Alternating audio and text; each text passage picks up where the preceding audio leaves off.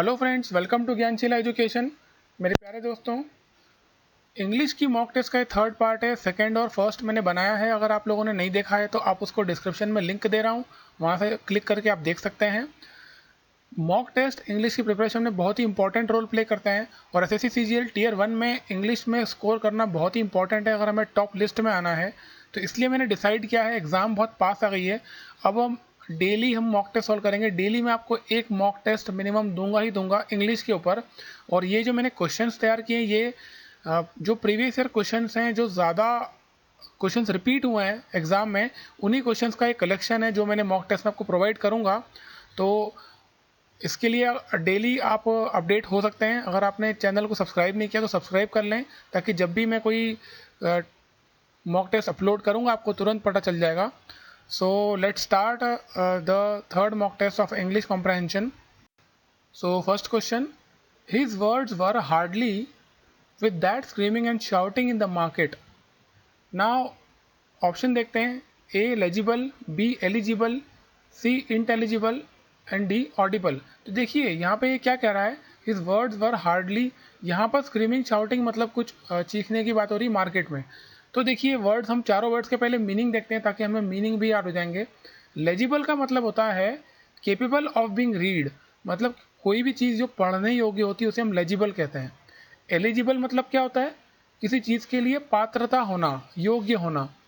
Intelligible मतलब क्या होता है, capable of being comprehend, okay, capable of being understood, कोई भी चीज़ समझने योग्य, उसे हम कहते हैं इंटेलिजिबल। और ऑडिबल मतलब क्या होता है, केपेबल ऑफ बीइंग हर्ड, मतलब कोई भी चीज़ जो सुनने योग्य होती है उसे हम ऑडिबल कहते हैं। तो सेंटेंस से पता चल रहा है स्क्रीमिंग शाउटिंग वर्ड यूज हो रहा है, तो यहाँ पर क्या ऑप्शन आना चाहिए, D Audible. His words were hardly audible with that screaming and shouting in the market.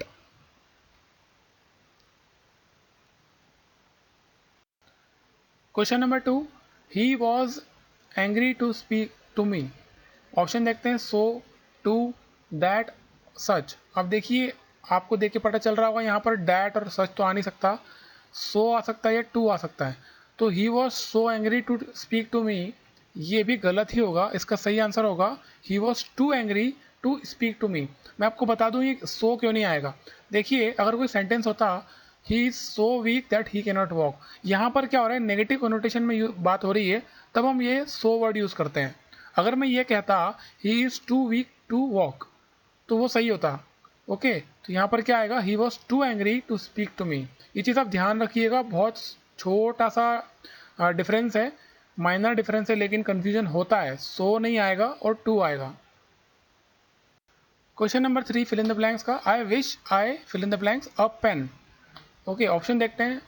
Option A were, am, was या बी। देखिए यहाँ पर एक ख्वाहिश जाहिर की जा रही है, आई विश आई, तो यहाँ पर आएगा वर। जब भी कोई सब्जंक्टिव मूड यूज होता है तो हमेशा हम, चाहे वो आई हो, चाहे वो वी हो या यू हो, हमेशा यहाँ पे प्लूरल फॉर्म आता है। ओके, तो वर प्लूरल होता है। I wish I were a pen. Question number 4, look after your health dash you should repent later on. मतलब ये कह रहा है कि अपने सेहत का ध्यान रखो, अन्यथा आपको आगे चल के पश्चाताप होगा। ऑप्शन देखते हैं, एज, बिकॉज, टिल, लेस्ट। अब देखिए ये बड़ा यूनिक क्वेश्चन है और इस तरह के क्वेश्चंस में लेस्ट आता है।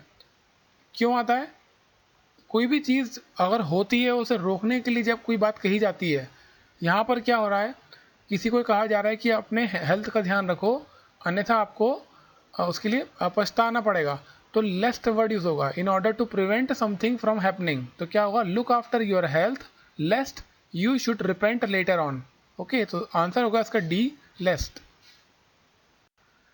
Question number 5, every year millions of tourist dash the Amma library in Chennai. Option देखते हैं, visiting, visit, are visiting, visited. देखिए ये भी बड़ा माइन्यूट सा डिफरेंस है यहाँ पर। इसका जो आंसर होगा वो होगा visit. Every year millions of tourist visit the Amma library in Chennai. यहाँ पर आप देखिए जो टूरिस्ट वर्ड है यहाँ पर प्लूरल है, इसलिए विजिट के आगे एस नहीं आएगा। अगर हम ये कहते हैं कि एवरी ईयर मोहन विजिट्स, तो विजिट्स आएगा। कोई सिंगुलर व्यक्ति की बात होती है तो हमेशा एस लगता है। यहाँ पे टूरिस्ट है, प्लूरल है, तो हम यहाँ पे आएगा visit. Okay, question number 6 one word substitution से है। देखते हैं, science of human mind and behaviour. Options देखते हैं इसके, physiology, psychology, sociology, philology. Friends, इस तरह के क्वेश्चन में हम एक एक ऑप्शन के मीनिंग देखेंगे, उससे क्या होगा, हम एक क्वेश्चन में 4 क्वेश्चंस के बराबर हम पढ़ाई कर लेंगे। तो हम थोड़ा सा इस तरह के क्वेश्चंस को डिटेल में पढ़ेंगे। देखिए, science of human mind and behaviour, पहला ऑप्शन है फिजियोलॉजी। फिजियोलॉजी क्या होता है? फंक्शनिंग ऑफ ऑर्गेनिजम्स, शरीर क्रिया विज्ञान। ओके, ये होता है फिजियोलॉजी। साइकोलॉजी क्या होता है? मनोविज्ञान। सोशियोलॉजी क्या होता है? सोशियोलॉजी होता है समाजशास्त्र। और फिलोलॉजी जो होता है, study of language and literature, भाषा शास्त्र। तो इसका सही आंसर क्या होगा? Science of human mind and behaviour का आंसर बी, साइकोलॉजी, मतलब मनोविज्ञान। Question number 7, a set of 3 related works by the same author. Options हैं, ए टोपोलॉजी, बी ट्रायोलॉजी, सी ट्राइकोलॉजी या डी इकोलॉजी। देखिए, टोपोलॉजी मतलब क्या होता है? Study of topography. जब टोपोग्राफी की जो स्टडी होती है उस साइंस को हम कहते हैं टोपोलॉजी। ट्रायोलॉजी क्या होता है? जब भी कोई चीज़ सीक्वेंस में आती है और 3 चीज़ हो, जैसे कोई मूवी आती है, आपने देखा होगा, तो जब 3 मूवी एक के बाद आती है उसको हम कहते हैं ट्रायोलॉजी। उस पूरे पेयर को हम कहते हैं ट्रायोलॉजी। ओके, ट्राइकोलॉजी क्या होता है? Trichology means study of hairs, the science of study of hairs. बालों की जो स्टडी होती है उसको हम कहते हैं ट्राइकोलॉजी। और इकोलॉजी क्या होता है? Ecology means the study of environment. देखिए, सब याद रखिएगा आप, क्योंकि केवल ज़रूरी नहीं क्वेश्चन एक ही का है, किसी पे भी क्वेश्चन आ सकता है। तो हम कोशिश कर रहे हैं कि सारे के सारे हम याद कर लें। ओके, तो इसका आंसर क्या होगा? Trilogy. A set of 3 related works by the same author is called trilogy. Next question, the study और प्रैक्टिस ऑफ डांसिंग और कंपोजिंग बैलेट्स। ऑप्शन देखते हैं, ए कैलीग्राफी, बी कार्टोग्राफी, सी कोरियोग्राफी या डी एपिग्राफी। देखिए, मीनिंग देखते हैं एक एक वर्ड के। कैलीग्राफी मतलब होता है study of hand writing. Okay, उसको हम कहते हैं कैलीग्राफी। कार्टोग्राफी क्या होता है? Study of maps. जो मैप्स को स्टडी करते हैं उसको कहते हैं कार्टोग्राफी, और जो स्टडी करता है उसे कहते हैं कार्टोग्राफर। कोरियोग्राफी क्या होता है? स्टडी और प्रैक्टिस ऑफ डांसिंग। और एपिग्राफी क्या होता है? Study of ancient inscriptions. जो भी एंशियंट इंस्क्रिप्शन, जैसे बुद्धा के इंस्क्रिप्शंस हैं या महावीर के, कोई भी इंस्क्रिप्शंस पुराने होते हैं इंडस वैली सिविलाइजेशन के, उनको स्टडी करने को हम कहते हैं एपिग्राफी, स्टडी ऑफ इंस्क्रिप्शंस। तो इसमें से जो सही आंसर होगा वो क्या होगा? C, choreography. Choreography is the study और प्रैक्टिस ऑफ डांसिंग और composing ballets. Question number 9, one who accepts pain and pleasure equally, pleasure and pain equally. Option देखते हैं, A thespian, B sadist, C stoic, D humanitarian. देखिए, जो thespian कौन होता है? One who performs drama, drama performs, नाटक perform करने वाला थेस्पियन होता है। ओके, सैडिस्ट मतलब कौन होता है? जो दूसरों को दुख दे के खुश होता है, जो दूसरों को तकलीफ देके खुशी महसूस करता है उसे हम सैडिस्ट कहते हैं। Someone who obtains pleasure from inflicting pain to others, वो होता है सैडिस्ट। स्टोइक मतलब क्या होता है? A person unaffected by pain and pleasure, जिसे जो दुख और सुख में समान होता है उसे हम कहते हैं स्टोइक। और ह्यूमैनिटेरियन मतलब जो मानवीय, जिसके अंदर मानवीयता होती है, ह्यूमैनिटेरियन। तो देखिए, one who accepts pain, pleasure and pain equally, तो इसका सही आंसर क्या होगा? Stoic. Question number 10, one who thinks और speaks too much of himself.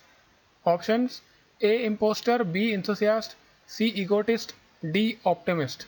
देखिए, इम्पोस्टर मतलब क्या होता है? द पर्सन हु प्रिटेंड्स, ढोंग करने वाला, ढोंगी, उसको हम कहते हैं इम्पोस्टर। इंथुसियास्ट मतलब क्या होता है? उत्साही व्यक्ति, हाई स्पिरिटेड पर्सन। ईगोटिस्ट मतलब जो अपने मुंह से अपनी बड़ाई करता रहता है। और ऑप्टिमिस्ट मतलब आशावादी इंसान। तो इसका सही आंसर क्या होगा? ईगोटिस्ट, वन हु थिंक्स और speaks too much of himself. Next question spotting errors में से, the Nile is said to be the longest than all other rivers in the eastern hemisphere. तो देखिए फ्रेंड्स, इस question में the Nile is said to be the longest, ये superlative degree use हो गया, तो इसके साथ में ये देन नहीं आने वाला है, ये देन नहीं आ सकता, ये कंपेरेटिव डिग्री का होता है, तो सुपरलेटिव डिग्री के साथ में देन नहीं आएगा, तो क्या आएगा, of. The Nile is said to be the longest of all the rivers. Okay, यहाँ पे ये देन और अदर नहीं आएगा क्योंकि कंपेयर नहीं कर रहे हैं, this is superlative degree. Next question, the manager told the boys that one ought to work hard to earn his living.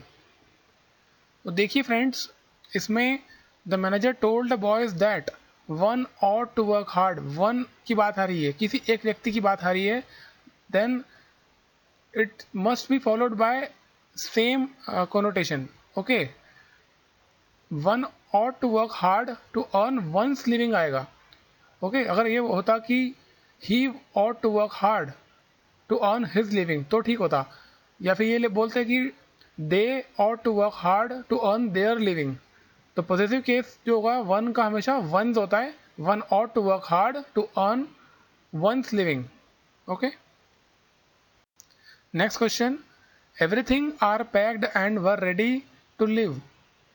देखिए यहाँ पर ये जो पैक्ड वर्ड है ये गलत तरीके से यूज हुआ है, यहाँ पर आएगा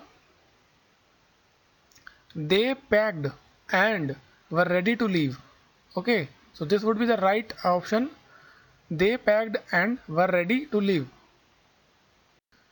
next question, the thief broke in the house in the dead of the night।